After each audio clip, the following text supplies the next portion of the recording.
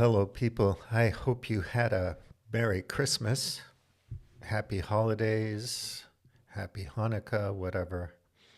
Happy Star Stuff.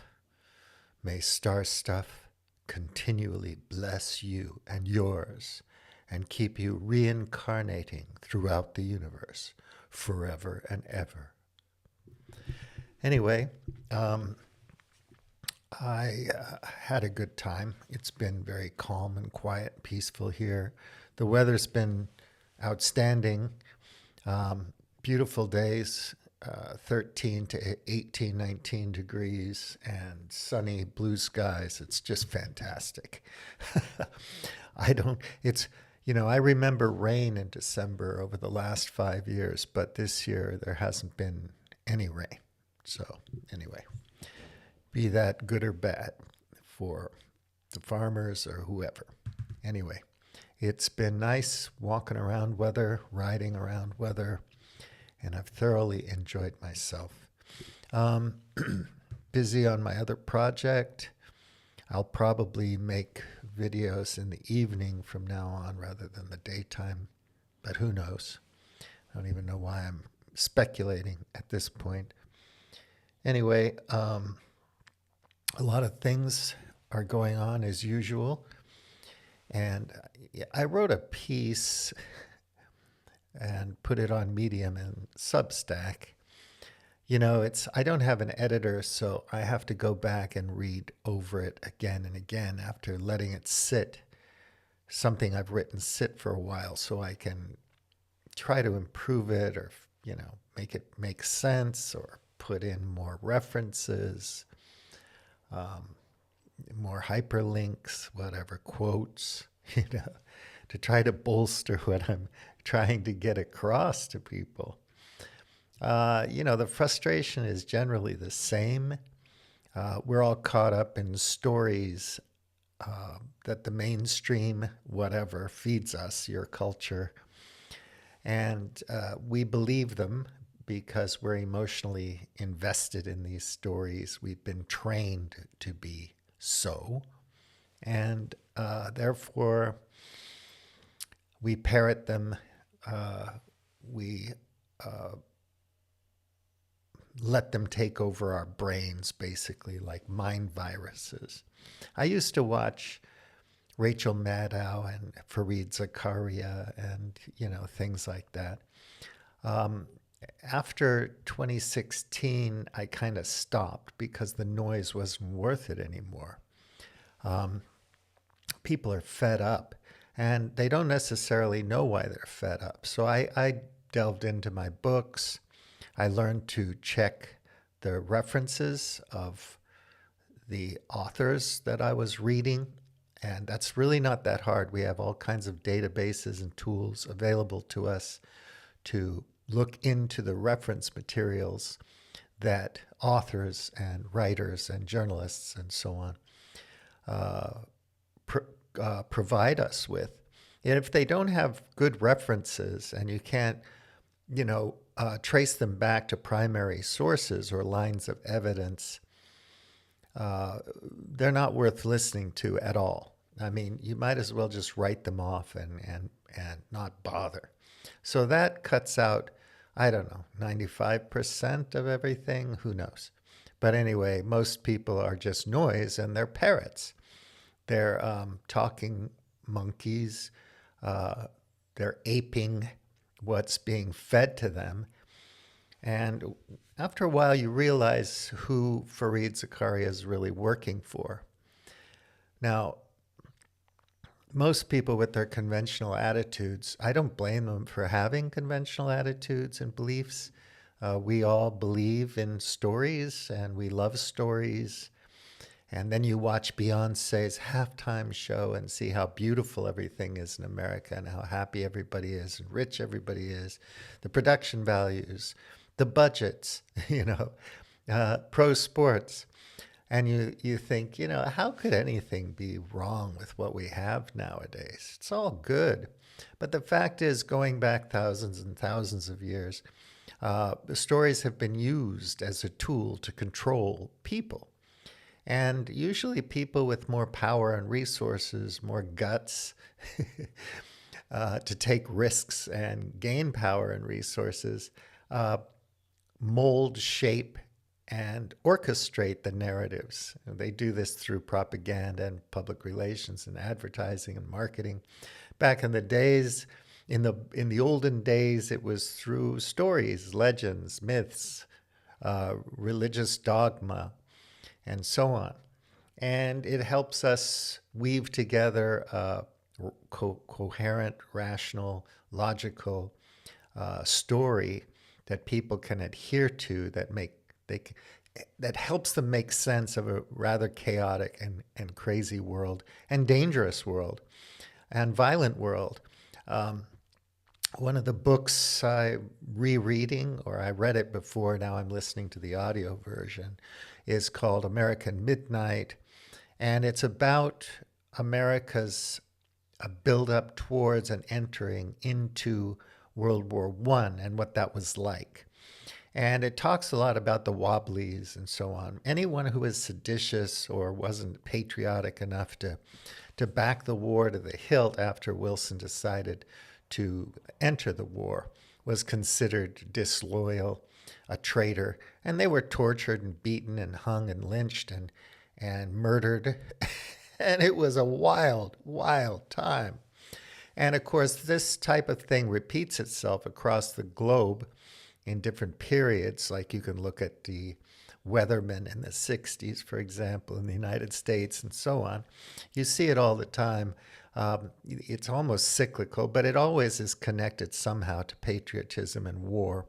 You have to have narratives to keep people supporting war. Now, the people who benefit most and earn the most money from war are people who have careers in the war industry. And in the United States, that's a lot of people, 10 to 20 million people. If you look at all the feeder organizations and businesses and the total global economics of it. Now, you know, they do have groups like the Davos crowd and the Bilderberg group and whatever. These aren't conspiratorial. They just have these groups. People in government, in power, who run financial institutions and so on around the world. They have agendas. They have things they want to achieve. They have money to make, careers to protect, ambition, the goals to achieve, and so on and so forth. And basically, you know, it is a big game. To say it's a game isn't to trivialize its impact on people or the planet or life on Earth or whatever. It's just to say that it's something that you can be trained in, you know, programmed for. You can get skill sets that allow you to compete in this world and achieve success. And success means power and control and merit and status and so on. And people love it. I mean, once you're into it, you can't get enough. It's like, you know, shopping on Temu. We're all addicts, and we're addicted to stories as much as we're addicted to shopping or alcohol.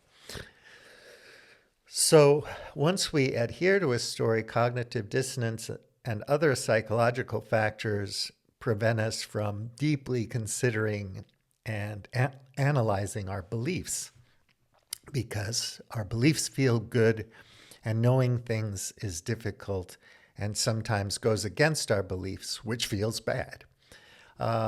So we have these psychological issues that are kind of hardwired into our species, hard to get rid of, hard to manage, hard to understand, complex, and all that kind of stuff. So what happens is we all become Bobs. Now, Bob is a straw man that I created, a scarecrow who is going to the Wizard of Oz to get a brain.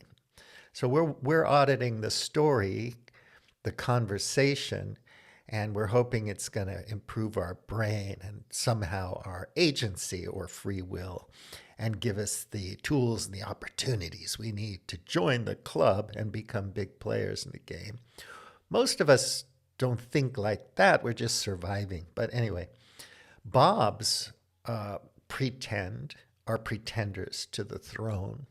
They want to be players, or they want to imagine themselves as players because they run a restaurant, or let's say they own a restaurant chain or something, or they manage a public company, or they have a good private practice that's extremely successful, and therefore they have surplus cash to invest in things and are making some capital on capital returns, or maybe charging rents or something. Gives them a feeling of success and power, and makes them believe that their career is important and vital to them. And then they can become very, very much influenced by the narratives that, run the mainstream game across the world. The military industrial complex, whether it's in the United States or other parts of the world, is a hugely profitable business, and always has been in a way, or a loss leader to conquest and profits, to the stealing of natural resources from other groups of people in different parts of the world, and so on. This is history. We're like that. And so Bob's, parrot things, and they do it emphatically. So I was talking to a Bob the other day. Good person, by the way. I don't have anything against Bobs. In my piece, I say that I've been Bob for many, many years. So I'm not saying I'm special. But Bob made a statement. You send somebody some information. Maybe it's just a video, or maybe it's a complex article or a study from Nature or Science magazine or something. And this headline says something about next generation stealth fighters in China or whatever. And of course, the person you send it to isn't going to bother reading it. They're going to see the headline and they're going to parrot back what they know from Fareed Zakaria or somebody. And they're going to say, because they're not up on all the Forbes magazine articles and the Bloomberg articles that go against their heroic narrative. So they're not going to read it. They're just going to get back to you and say, Chinese stealth fighters are junk. And that's it. That's as far as it goes.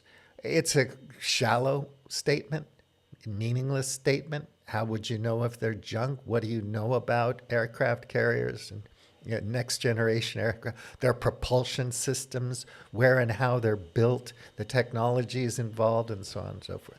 But anyway, I lived in China for many years. I lived in Japan for many years. And I met a lot of expats, white people, Europeans, and Amerikanskis who just feel superior to everybody in the world. And they always knew that they were the bosses in Japan or Hong Kong or Singapore or Macau or South Korea or mainland China, wherever the hell they were. They were better than everybody because they were from the rich West, and Western civilization is all that, and got us everything that's important in the world, including nuclear weapons and carbon emissions that are eventually going to destroy us. But that doesn't matter. It's all bells and whistles. It's all cool stuff. It's all shiny and exciting. And we take advantage of it every day. So I'm not saying I'm beyond that or above it or any different. My world is petrochemical based like everybody else's. I'm not saying anything like that. But they have an inherent sense of superiority over other people. And you see it in the way they talk and behave.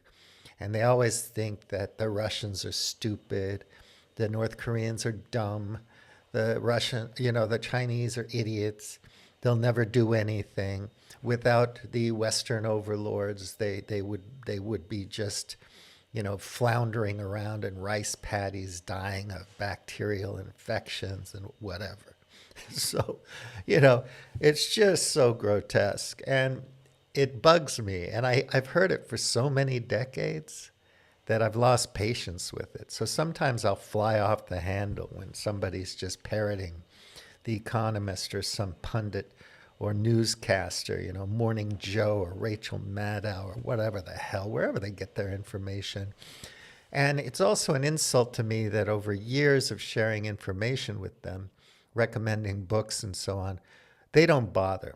In fact, if I recommend it, they're going to ignore it because they just don't like me for recommending that they might want to learn something. It's an insult to them. And so, ignore that crazy idiot. Why is he recommending it? If he recommends it, I'm definitely not going to look at it because I know better than him. He's an idiot. He's an outlier. He's a fool. He's not part of the clique. So, and I'm happy if they're happy ignoring me. If I give them something they can ignore and it makes them feel good to ignore me, I'm glad that they had a tiny moment in their day that made them feel superior, made them feel better than me or good, or like, I don't have time to read that shit. I'm a player. I got better things to do. I'm going to kick ass and take names today. How much money did you make in the last 24 hours, asshole? And it makes sense. I mean, that's one way of looking at the world. And if you keep score that way, then, you're a winner. I mean, keep score in whatever way you need to keep score that makes you believe that you're a winner. That's important. You want to have good self-esteem. You want to go through the day feeling like you're an important person, that you matter, that you're smart. So Bobs are like that. So I put a warning at the top. Any resemblance to people named Bob or Bob-like people, living or dead, is entirely coincidental. Warning: irony, satire, humor, social criticism. Yeah, it's a little snarky, but I can't help it because, there's too many Bobs in the world and we have serious, serious issues that we should be involved in solving. In other words, organizing together and doing something to push back against the fools. There is a huge industry, a bunch of people who go online and report about the stupid shit going on, whether it's mainstream media or alternative media, Young Turks or whatever. Pick one. You're right wing, you're left wing, you're moderate, rebels, you're whatever. And everybody knows what the problems are. And they know who's stupid, and they pick them apart, and they talk about how dumb they are, and they show clips of the stupidity, whether it's Ocasio-Cortez or who's that other lady, the Republican one, that whenever anyone confronts her with something, she just says lies, lies, lies, and walks away. That's her thing. That's how she keeps getting elected. Anyway, all of this is bullshit. And I've seen it repeated over and over and over again over decades. Decades. They report on the same stuff. And if you read books like going back to American Midnight or whatever, and you see that things were happening like this in the 19th century, the 20th century, and it never ends. You read books like, I'm a NRX guy. I read Thomas Carlyle, and wow, and so on, and we never learn, right? It just keeps happening. A new generation comes along and gets sucked into this insane emotional narrative, ecosystem of grotesque, destructive narratives.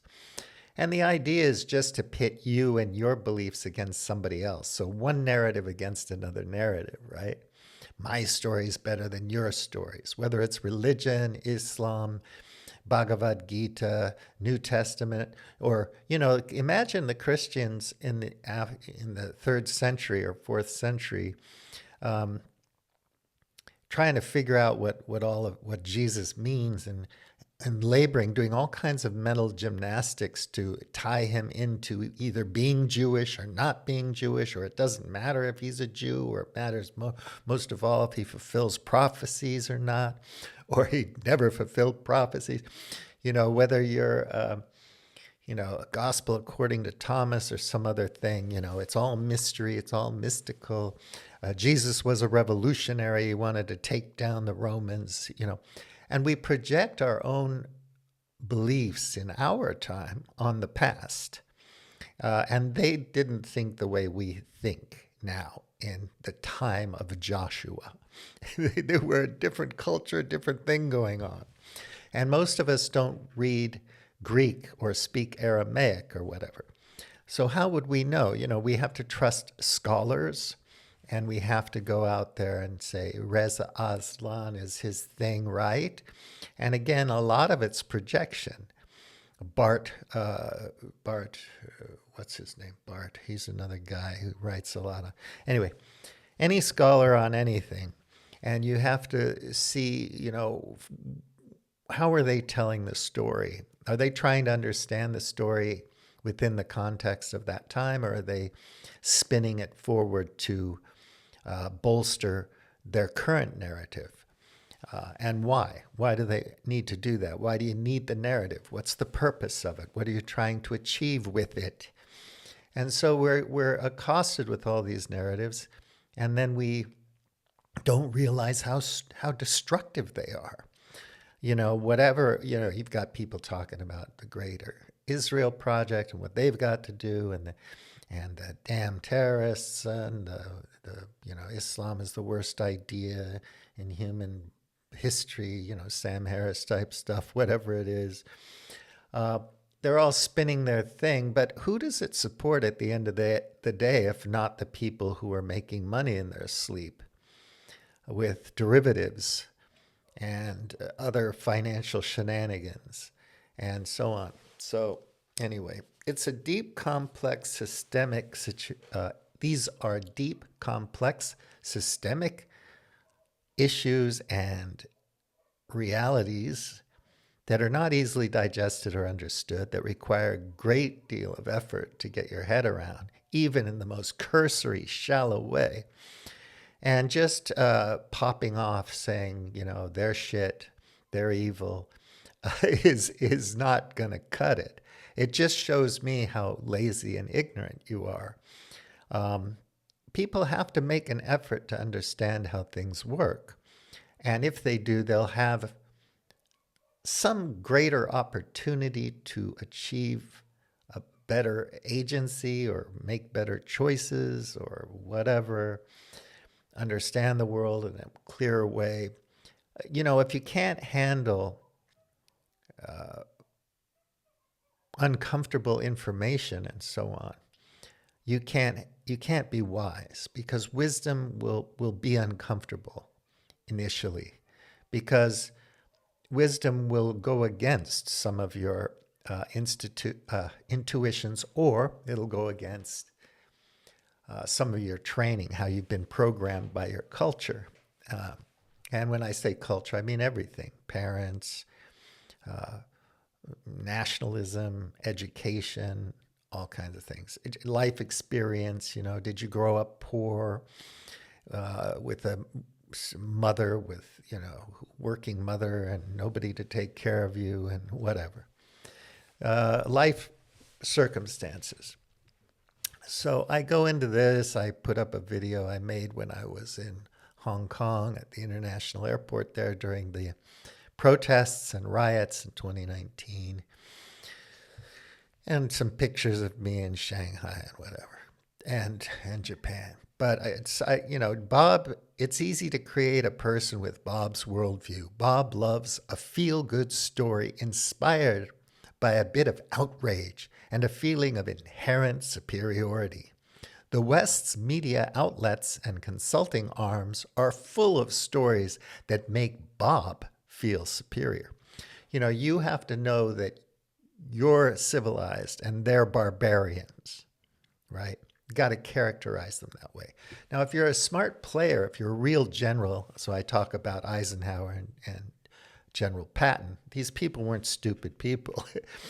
They know that they have to understand their enemy and the overall circumstances of everything involving the battle, the war, the battlefield, the cultures on both sides.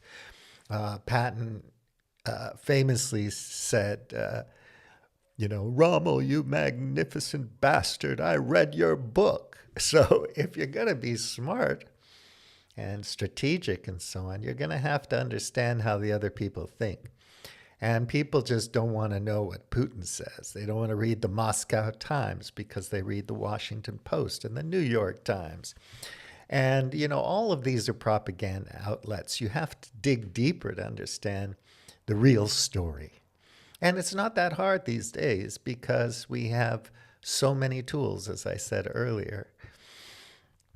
So Chinese next generation carriers aren't junk. I talk about Huawei and Tencent and Alibaba and ByteDance and Xiaomi and all these corporations. They are not nothing. China is a powerful country now in many ways. So you don't like Chinese people, that's your problem. Be a bigot, be a racist, whatever. If that makes you feel good, go ahead. Why would I, care about that? That's your problem. I go talk about Zheng He and his expeditions and ships. Why did China decide they didn't need to go around the world throwing their weight around? They were just too comfortable with being themselves at the time. But America's never going to be comfortable until the whole world's American. And if they can't control everything, they will kill everything. And it's not just through outright bombing people to the Stone Age or supporting countries that do that or proxy wars or anything else. It's just through economic activity, through constant growth in a world that has limits to growth that are built in because of physics, because of thermodynamics, because of entropy, because of lack of certain resources. Limited resources are resources that are finite, for God's sake. And then they have this techno-optimistic faith that some genius from the Western world, of course, is going to come along and find all the answers to energy and whatever. And somehow we'll have a replicator like in Star Trek, and we'll be able to just make cobalt and rare earths and copper out of thin air, as well as cheeseburgers and pizza. And, everything will be cured. In reality, we're creating diseases right and left, lifestyle diseases, just so that we can create a cure that's good business. And it's not even a cure. It's a therapy or a pill or whatever. And makes people money and supports their careers. And if you're a careerist, whatever line of work you're in or whatever your profession is, you're going to love anything that makes you money. So, if it's like get fat and then poke yourself in the stomach with this drug, give yourself a shot and lose weight.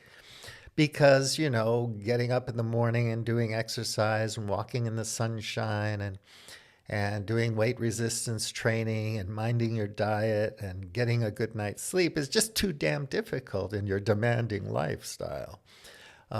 You've got to consume a lot of stuff. It's got to make you sick, and then somebody has to fix it. Well, at some point in the future, nobody's going to fix it. We're going to cross over some tipping points that are going to be too destructive to deal with. Jesus isn't going to come down and fix it.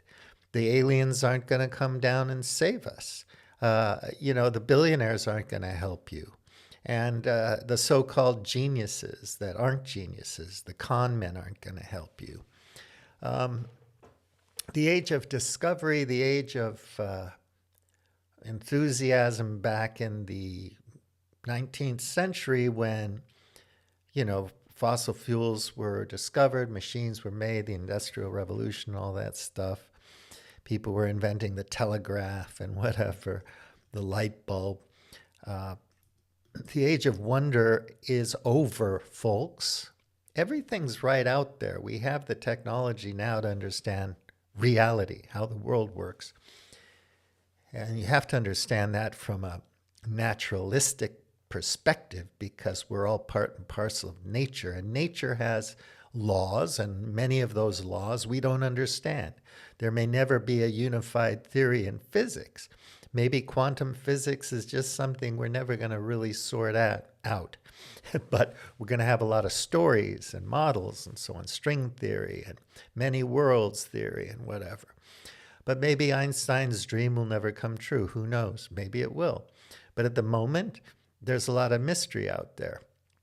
And one thing we should be well aware of by now is that we have our species, a profound impact on ecology, on ecosystems, on habitats, and that includes our own. So if we can't maintain things, so there's a movement now that talks about habit zones, or habitable rather than sustainable. So how are we going to transition from saying what will be habitable in the world when it's 6 degrees above the 1750 baseline in terms of temperature? Ecosystems have all changed, or the AMOC comes along. People have starved to death. The population has crashed. And we have to just find a place, a habitat where we can survive and live. And hopefully there'll be some information packets to go with that, so we don't lose every little trick in the book that we discovered over the last few hundred years. But anyway, you know, forget about sustainability, folks. It's never going to happen, especially not in the way we run the world now. It's definitely not going to happen. But the point is, let's just find that habitat, right? You can imagine if you're a billionaire, you want to buy up all the land and own as much as you possibly can until those laws don't matter anymore and people just don't care, and that you have chaos and anarchy. But anyway, you want to find those habitable zones where you and yours can go and create a country club after the die-off, the depop, the whatever. Look, I don't know what's going to happen any more than you do, but circumstances will dictate how we deal with it, unless we want to understand how things really work and understand nature and how important it is for us to work within the confines of nature and not think so hubristically that we can control everything, fix everything. That artificial world, an AI, robotic, whatever, blade running universe is going to be better than what we have now, or that Dunbar number tribes and groups, thousands of years ago, could not have possibly had a happy time of it. It must have been miserable. Maybe they had happiness, and maybe they enjoyed life. Maybe surviving was,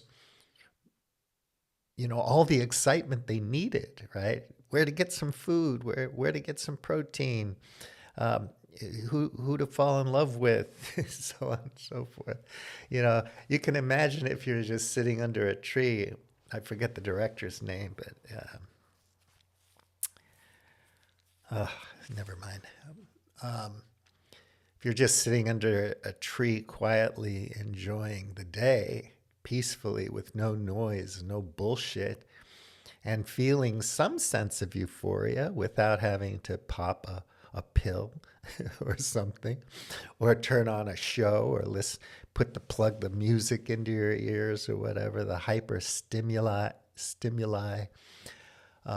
You could just really sit by a river and catch a fish and say, wow, this is great, Walden Pond kind of stuff. Yeah, maybe they did have a good life after all. I'm not saying we're going to go back to Stone Age, or should, or be paleo or whatever, but the point is, we've had bottlenecks. I read this article today about a bottleneck. There's 2,000 breeding couples left on Earth, and what that did. A new genetic means of exploring those lines of evidence. I won't look it up now because it takes time, but it's on my Facebook Globe Hackers webpage wall, and you can look it up and read it if you care to do so. But that's very interesting, and I can definitely see that we're heading towards another population crash and bottleneck. Now, it shouldn't matter to you because the Super Bowl's coming or whatever, and life is good. And I had really nice lunch yesterday, and the sun is out and all that kind of thing. You have your children, your family, your friends. So who cares about the future? I mean, so what? But it's all the noise and the lack of desire or curiosity to understand how things work that bugs me. I want you to be happy. If making money makes you happy, make money. But we're heading into some difficult times, and all the noise and the stupidity and the bullshit and the misinformation and bad programming and the sick stories, the destructive stories aren't helping you have a better life. So that bugs me. So I take the piss right out of Bob. And like I said, he's a straw man scarecrow. So I know it's a caricature. Bob doesn't exist, but Bob-like beliefs are everywhere. And Bobs are parroting their beliefs everywhere and thinking they're smart. So Bob would say that the Sino-military industrial junk complex produces junk. He thinks this is a wise statement. Bob would say, we need to kill Chinese before they kill us. Now, this is so shallow, but that's what Bob believes. He can cite a history book about, peace in our time. We didn't kill the Nazis. Well, you kill Hitler, who takes his place? I mean, you think the world would have been perfect if Hitler had been killed early on? I don't think so. Some shit for brains would have come along and filled the power vacuum. And you see that today. You can kill Putler, but that doesn't mean that everything goes back to a peaceful world. There never was one. The game's going to continue. The enmity is going to be there. You're going to manufacture enemies like Noam Chomsky talks about manufacturing consent.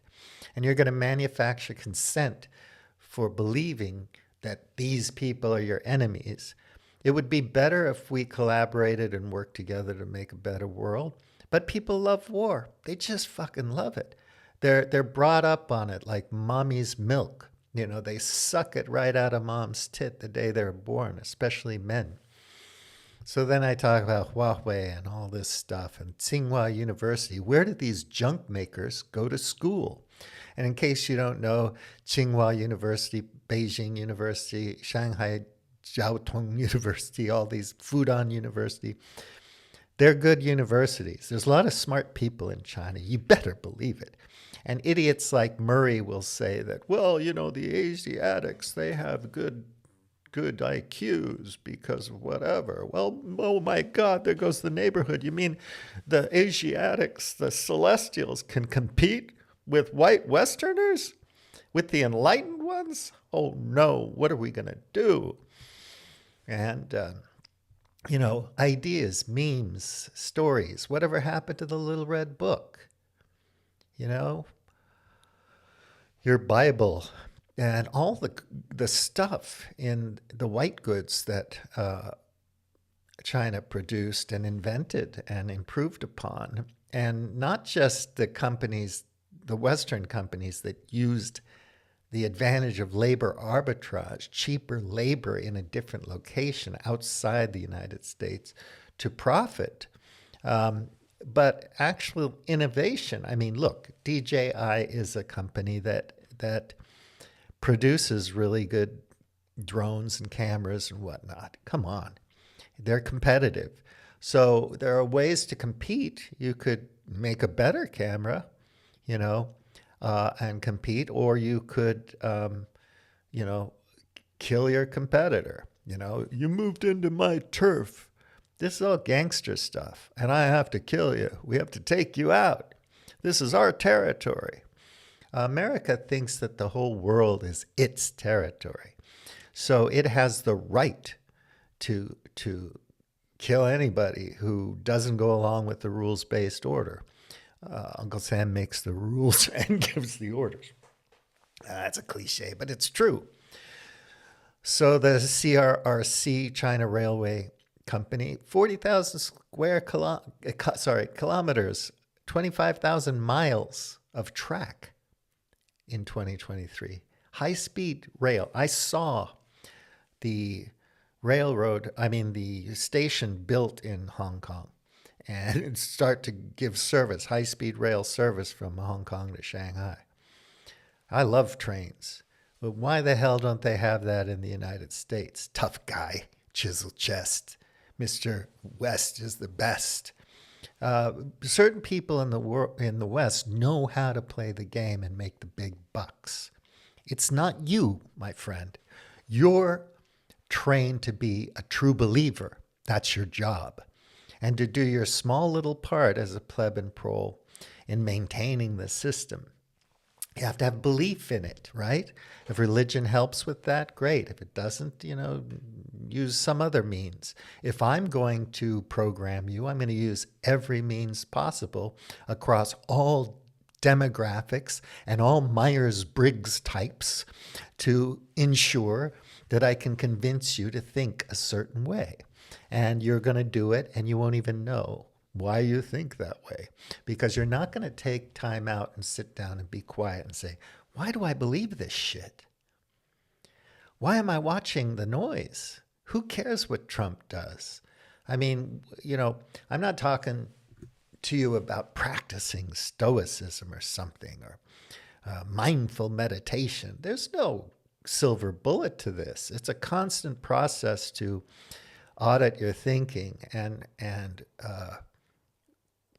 monitor your beliefs and where they come from, and decide based on updating your prior beliefs and your prior understandings whether or not you should believe these things.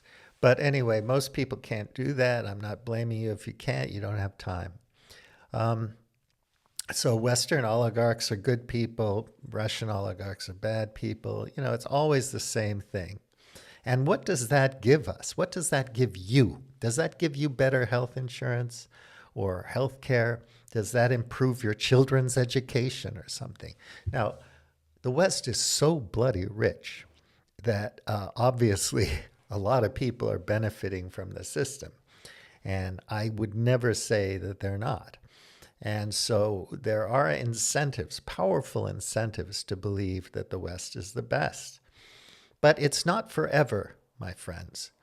And you have to start thinking about the end of empire in the big picture kind of sense, and overshoot and collapse, because these are things that happen periodically, cyclically, over time, over history, across cultures, around the world.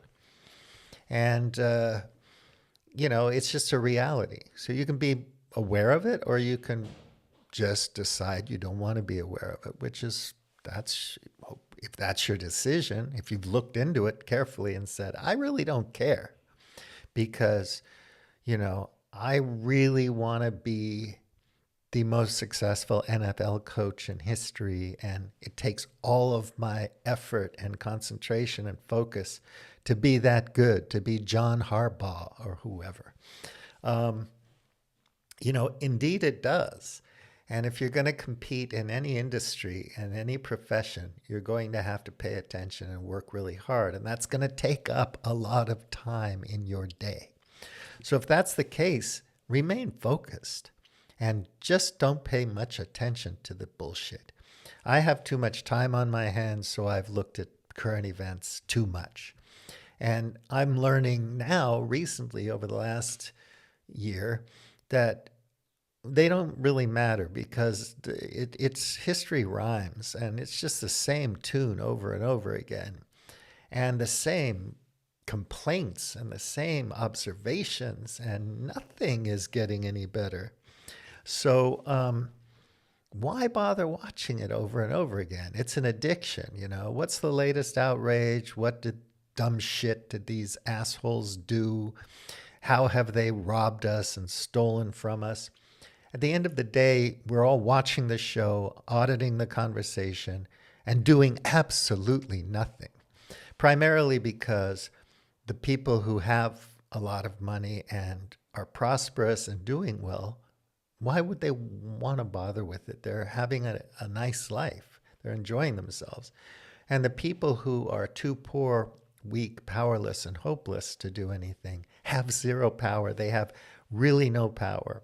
And the only thing they can do at the end of the day is what Hamas did. Just strike back against your oppressor. I don't care what you think about it. That's the dynamic.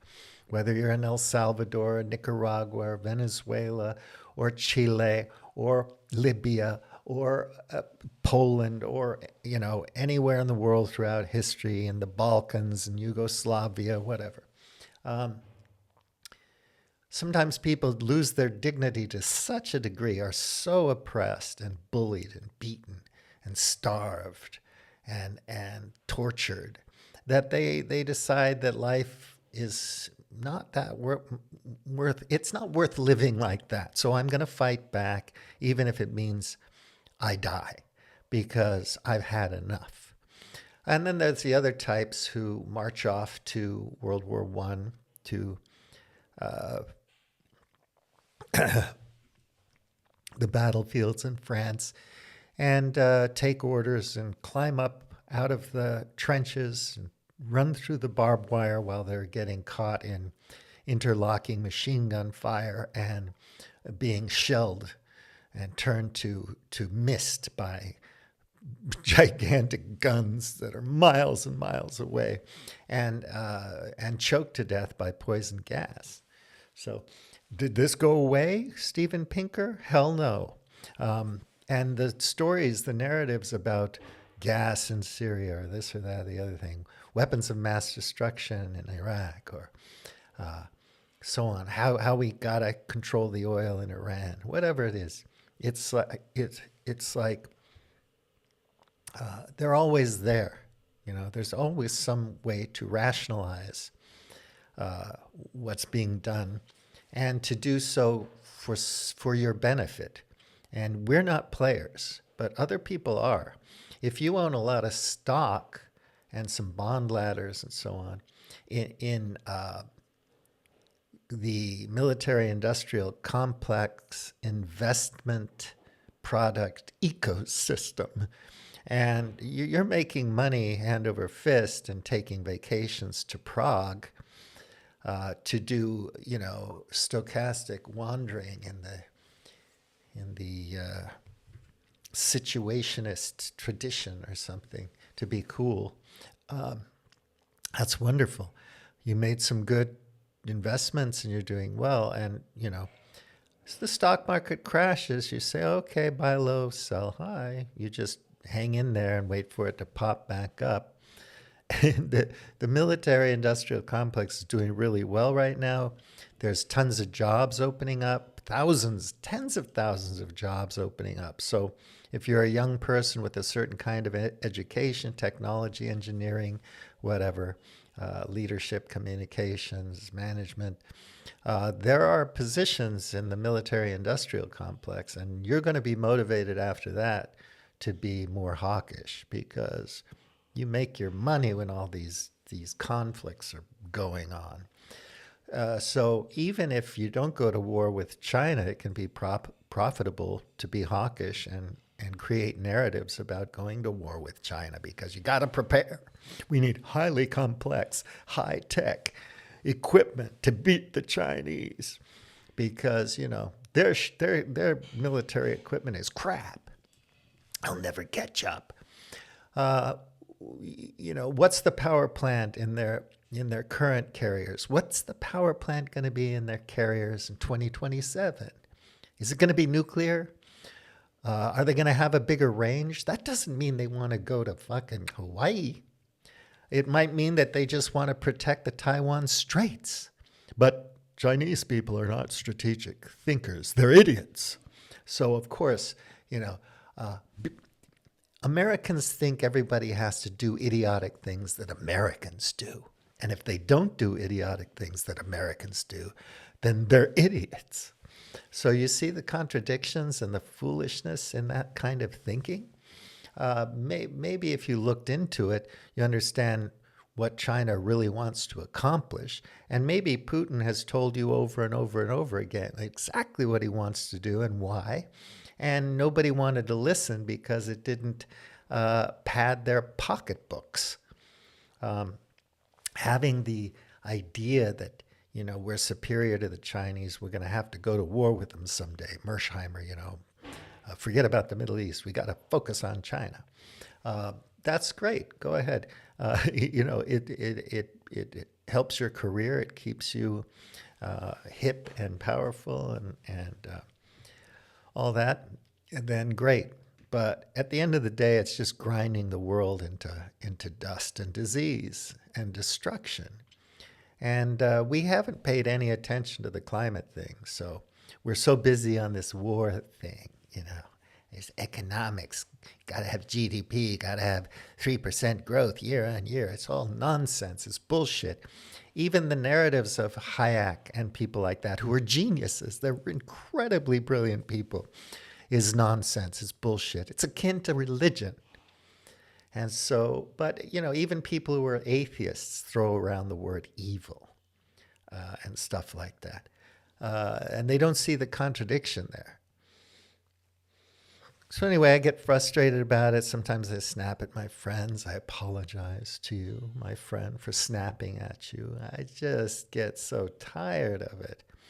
So I say here, back to Bob. Bob is a liberal in some sense. Who knows? Define liberal. Most Bobs are neoliberal, if that's a thing. He fancies himself a capitalist because he's a successful salesman, manages a rental property, and owns some stock. Bob knows that the Allies during WW2 are full of good guys and the rest of the world is full of bad guys. So I keep taking the piss out of Bob. I have, sorry, the speakers aren't on. I have Madeleine Albright talking about killing kids being worth it and all that stuff. I talk about how it's easier to blame everything on the woke mob or LGBTQ people, which is a tiny thing compared to the other big things. But it's simpler, it's easier, right? Blame it on COVID masks. That's easier than understanding virology and vaccinology and the immune system and these complex emergent systems and whatnot. So blame it on something simple. And they're always very much science, engineering, and technology will save us types, or God will save us. Something will save us. Relax. Enjoy the show. Bob fancies himself an intellectual in some prosaic sense of the word because, unlike most intellectuals, he reads books about interesting things, how the West was won, and how the West continues its winning ways. And I'm not saying that Chinese people aren't jingoistic or nationalistic or patriotic or chauvinistic. I'm not saying that. Of course they are. But not recognizing that those qualities in yourself is not a good look if you want to be an intelligent human being who understands how the world works. So Bob's going to get married again when he's in his 50s and have more babies because he can afford it. And Bob's genes are superior. He comes from a heroic line. And when the latest Western technology for making CRISPR babies comes out, his embryos will all result in the birth of ubermensch boys who can grow up to be quality men, impregnating quality ladies from the less fortunate and less well-endowed countries to improve humanity. So there's this idea that, I had my, Yale wife and kids, and she was great, but we didn't get along because she opinionated, and she wasn't going along with the program, Mad Men type, Dom Draper. But, my Filipino wife was good, and then my Chinese wife was really nice. Then my African wife was really wonderful, and I have all these babies, and Musk wants to put all his kids in the compound now so he can control them. But it never works out that way. People grow up to hate you. The women grow up to hate you. There's rivalries. If you do have money to pass on, then all the different lines of children fight each other over it. It's Shakespearean, for God's sake. Plenty of narratives about it. It's biblical. I'm the king. Kill all the children. Kill all the male children in Bethlehem or wherever. Over and over again throughout history, we've seen this. And yes, it is true that if you are the Mongolian prince, there's going to be a lot of people in the future with your genes. If you have children with dozens and dozens and dozens and hundreds of women while you're riding across the steppes, conquering vast swaths of territory and so on. So, that Mongolian thing is a thing. So every time Bob makes a curt statement like Bob makes, it's a mic drop moment. You're expected to just go along with it as if it's just dogmatic or apparent truth without questioning it. His opinion is obviously true. So we have really high-tech stuff that's good at bombing people with AK-47s and in pickup trucks. Therefore, bleeding Russia to death is going to be a cakewalk, and we're going to wipe out the Chinese faster than you can say, sliced bread. So he thinks that Celestials and Russians can't think strategically because they're just not smart enough, And yet, what have the strategies brought to you, my friend? What did the coup in Chile bring you? You can argue that it brought us the NFL and Apple and, nicer lawnmowers and bigger houses and nice cities and all that, because the gangsterism is profitable. Running alcohol during Prohibition was profitable, and, killing your enemies and all that stuff. It's profitable, and it does bring rewards, and some people do benefit from it. But, those benefits run out after a while. They really do. And people have to pay the price for them. So people do die in these wars. Innocent people do get killed. And there's terrible consequences to the environment and so on and so forth. So, yeah, it all has a cost. These externalities are for real. They're a thing, for God's sake. And maybe it's time for us to think about that and not make these same mistakes over and over and over again. That might be a thing. So U.S. always thinks if China played nice and didn't compete so fiercely with U.S. business interests, they could buy first-rate military equipment from the U.S. as Israel can. Why can't the Chinese get with the program? If you're our friend, we'll sell you some Abrams tanks or whatever, the F-35s, and make money. And we'll loan you the money to buy it, to make more money. But if you're going to build one that's going to shoot down an F-35, oh, woe is me. You people have to go. What are the billion-plus Chinese people thinking? They should trade Xi in for Macron or Trump or any enlightened Western leader with their brilliant educated staff and best-of-class service providers. I watched every episode of West Wing, The West Wing, when I lived in Shanghai, with a Bob, by the way. I should have had some Chinese friends over for those watch parties, just so they would have known about freedom and democracy and all that kind of stuff. Free speech, yes. Corporate persons, yes. USD, yes. Free speech. US dollar hegemony, yes. Trading energy in USD, yes. That's free speech. Bob said, what does Trump have to do with Chinese aircraft carriers? So then I go on a rant about what does the commander-in-chief of the United States, what are his responsibilities? What does he actually do? And why would the commander-in-chief of the U.S. military in charge of security against enemies, foreign and domestic, have to do with understanding next-generation Chinese aircraft carriers? Oh, my God. So that set me off. And I linked to some sources that Bob would never look at because, you have to troll sources that don't go along with the mainstream narratives. And so you just say, bullshit, bullshit. It has to be curt. It has to be emphatic. And it has to be really shallow. Bullshit. Just like that, who is that congresswoman, crazy Republican congresswoman? Lies, lies, it's just lies. Politics, it's lies. And so that's the answer to every argument, to every presenter with a library of evidence. Lies, lies, it's just lies. And Bob would just say, that writer, bullshit. He's not going to look at the reference materials. He's not going to look at the lines of evidence. He's not going to do any of that. He's just going to say, don't like it, not my narrative, it's bullshit. And this is the height of ignorance. And it's funny because Bobs always think they're smarter than everybody else. Everybody else is an idiot. So all other countries that don't go along with the program are full of idiots.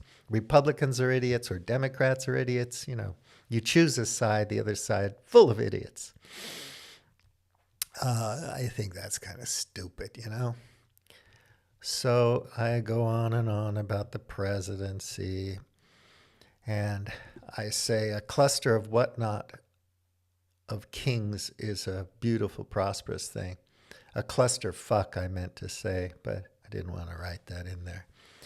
But you have a cluster fuck of kings, too many cooks in the kitchen, and they're all just myopic.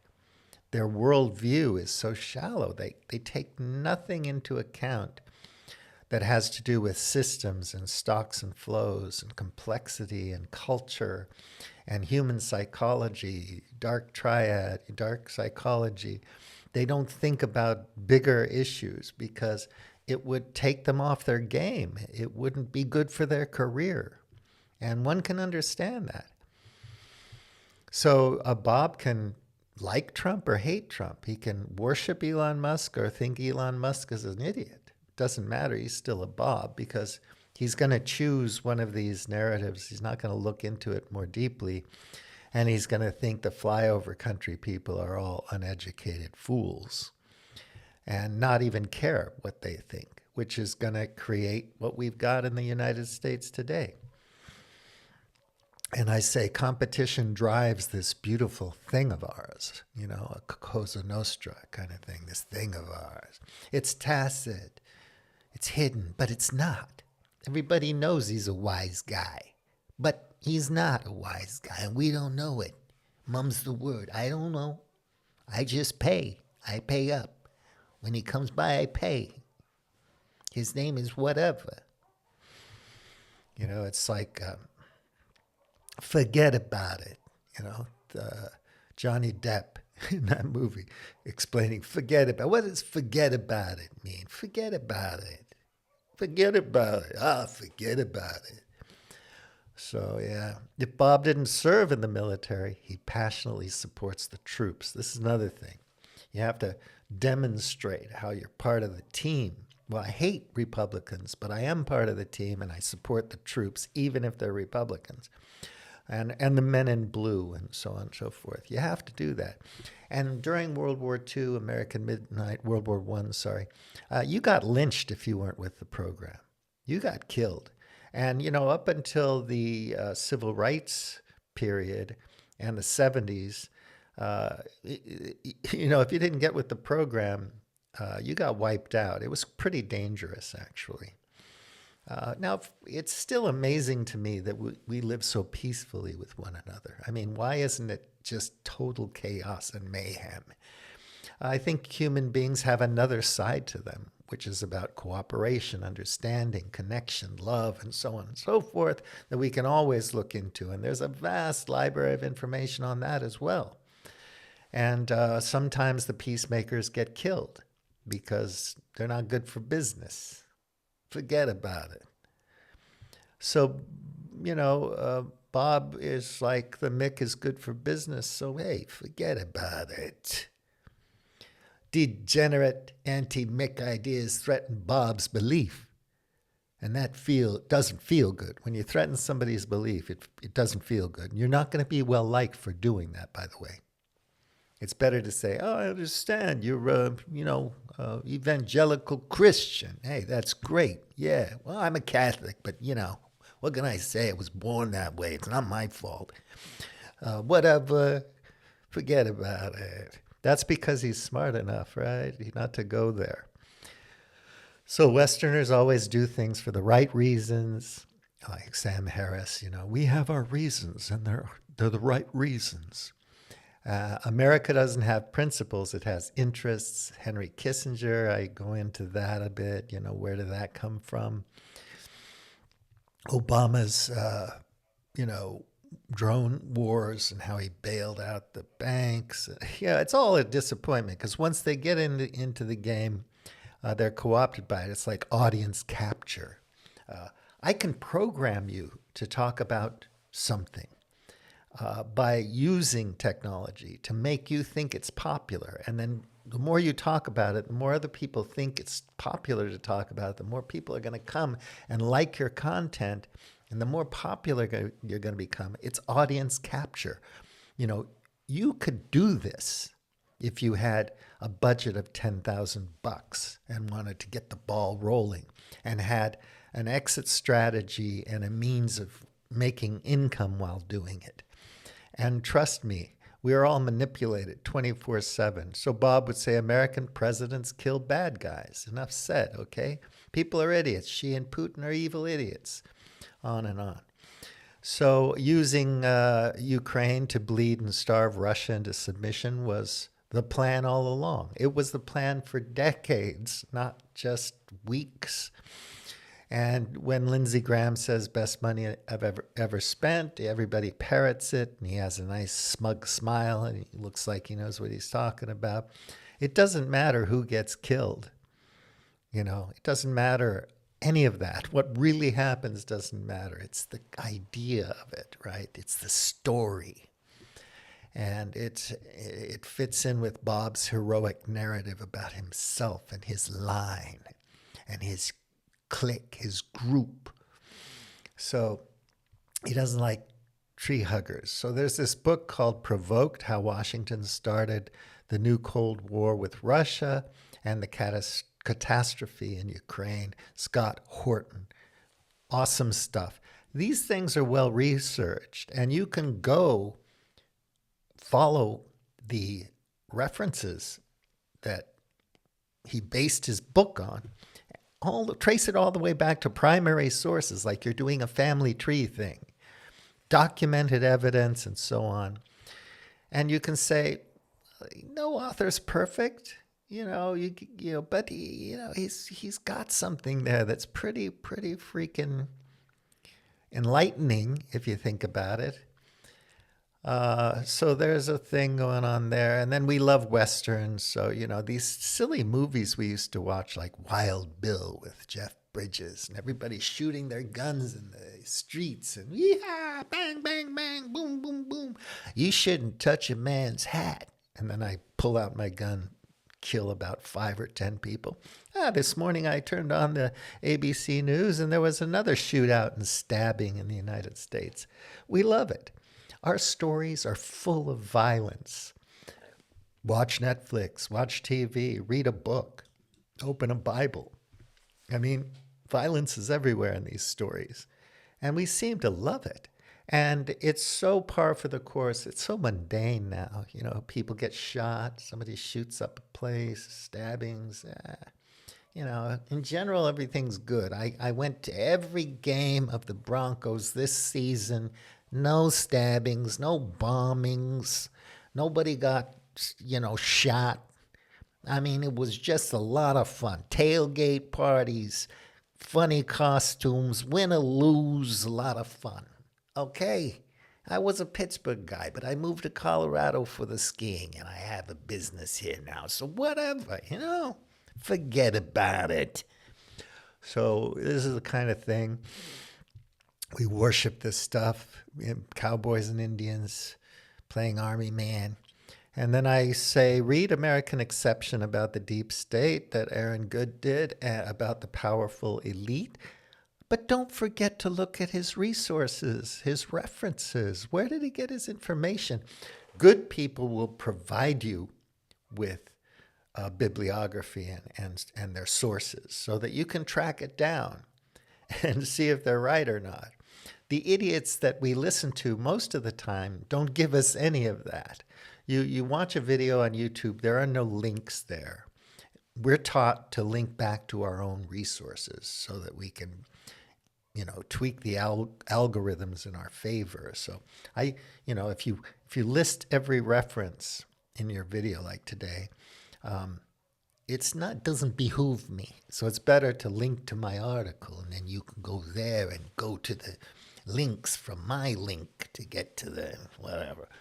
But you don't, a good book, you can just go in and you can trace back the evidence, lines of evidence, and so on, and find out it's probably a pretty good book. You can read reviews by other people who are experts in that domain, and so on and so forth. Find out if might be a good book. So anyway, American Midnight, great book. So I talk about oil. I have lots of fun videos about General Patton. Anyway, I'll stop about that because I'm already an hour and 10 minutes into this thing. But I wanted to lay this out for people so that you understand that I'm not just being cynical or sardonic, sarcastic. I have a reason for feeling this way because I've been watching this stuff for many years around the world, so not just from a U.S.-centric perspective. Another thing I follow that I've told you before, Simplicius, he does a medley report on stuff happening, Turkey, Syria, Ukraine. It's fairly interesting. I'm not saying that the person's perfect or that he's not biased, but he provides us with, links to his sources. And then you can trace back from those sources to primary sources and get a sense of what's going on. And if you're just watching MSNBC or whatever, you're not going to know anything about what's happening. That is pure propaganda. It's completely scripted by the powers that be. And it's there to program you, to manufacture consent and to manufacture enmity, so that certain people can make a shitload of money. And trust me, this happens. So he's talking about another running theme has been the revolving doorism, which I even covered in my last piece, of the globalist cohort, which sees the constant recycling of the same few devout establishment figureheads through a mill of unelected bureaucratic positions with the globalist superstate power structures. These structures exist. It's not conspiratorial. Vast libraries of books and papers have been written about it for decades, over 100 years. When you really think about it, it's incredible how blatantly the puppeteers simply rotate their stale, rotten factotums from one position to another, just as the puppet wears out its welcome. So the guy becomes unpopular in one position, you just put him in another position. Once they build up an irreversible, toxic head of policy discontent, they are simply shipped off to a new post or sinecure, being rotated around the board like chess pieces, pawns in this case. He's talking about Mario Draghi. He's talking about these characters that we see in NATO, in the EU, in the United States. I mean, these people are there every, administration. We think we voted for Bush or Obama or somebody, and it's going to be different. All the same players are involved. There is no new, because new doesn't get a say in the matter. It's not a democracy. You don't have power unless you go and take it. Now, some people on a local level do rise up and go into politics or whatever, or leadership, and do make a bit of a difference, but the cards are stacked against them. And eventually they will be audience captured through the programming of the audience, and then the programming of what the audience wants to see, and feeding back to the leader, and then, not just the donors and the economics of it. In short, the Klan sees European solidarity crumbling, with European powers now mired in crisis after policy crisis. Yesterday, I announced that Alice Weidel of AFD's ascension to the new favorite for Scholz, chancellor position in the polls. Today, Nigel Farage's party overtook the Conservative Party for number 2. Now, these people, call them populist or not, I mean, they're not. These words practically have no meaning now, but they're not good people. They're careerist assholes. They're just a different brand. And sometimes the people need a new brand to think that something's going to happen in their favor. But in fact, Nigel doesn't give a flying fuck about you. So you can support him if you want to, whatever. So that's an interesting article. I posted that on my Facebook page at Globe Hackers. This is cosmopolitan.eu. My name is Stephen Cleghorn. My nickname is Bulliam T. And that's the reason I created the straw man scarecrow Bob. And I might be talking about Bob from here on out because, you know, people who parrot the mainstream propaganda, I just, you know, I pity them in a way, but if they're my friends, I can be a little bit rude because you know, you can argue with your family and your friends because you're friends. You've built up some trust and some goodwill and some consideration and maybe even some love. And so, yeah, I'm sorry I snapped, Bob, but, you know, those are my reasons. Thank you for listening. Have a wonderful new year. Enjoy it. I hope you have a great many weeks to come. And please like and subscribe, share. Go have a look at the page, read some stuff. Tell me I'm full of shit. Like or dislike me. But, you know, I'm making an effort to put something out there. And I understand if my friends need to ignore me to have a good day. But some strangers might not need to ignore me to have a good day. So maybe you. So thanks for watching. Bulliam T. Out.